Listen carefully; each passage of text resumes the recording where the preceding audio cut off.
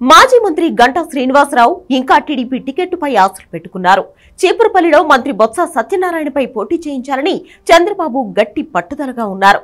అందుకు గంటా ఏమాత్రం ఒప్పుకోవట్లేదు. చివరకు ఆయన కోరుకున్నట్టే భీమిలి టికెట్ ఇస్తారన్న టాక్ టీడీపీలో నడుస్తోంది.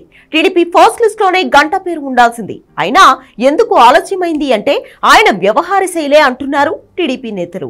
గంటా శ్రీనివాసరావు మొదటి నుంచి తనకు పట్టున్న విశాఖ చుట్టుపక్కల ప్రాంతాల్లోనే పోటీ చేయాలని నిర్ణయించారు.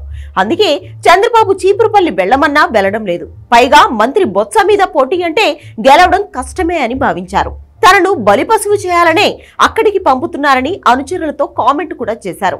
గంటా శ్రీనివాసరావు ఆశిస్తున్న భీమిలి సీటు కూడా టీడీపీలో విపరీతమైన కాంపిటీషన్ ఉంది.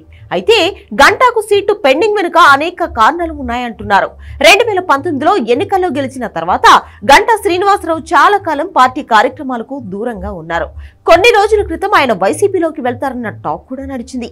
చంద్రబాబు విశాఖ వచ్చినప్పుడు లోకేష్ యువగళం టైంలో కూడా గంటా పాల్గొనలేదు. అందుకే ఆయనకు సీటు కేటాయించడానికి తెలుగుదేశం 1-2 సార్లు ఆలోచిస్తున్నట్లు తెలుస్తోంది. పైగా విశాఖ స్టీల్ ప్లాంట్ కోసం టీడీపీ హైకమాండ్ నిర్ణయంతో సంబంధం లేకుండా గంటా శ్రీనివాసరావు రాజీనామా చేయడం పార్టీలో కొంత ఇబ్బందిగా మారింది. ప్రస్తుతం మాత్రం భీమిలి, చీపురుపల్లి సీట్లయితే టీడీపీ ఎవ్వరికీ కేటాయించలేదు. చీపురుపల్లిలో పోటీకి గంటాను చంద్రబాబు నాయుడు మరోసారి ఒప్పించే అవకాశాలు ఉన్నాయంటున్నారు. ఒకవేళ ఒప్పుకోకపోతే భీమిలియే కేటాయిస్తారన్న టాక్ టీడీపీలో నడుస్తోంది.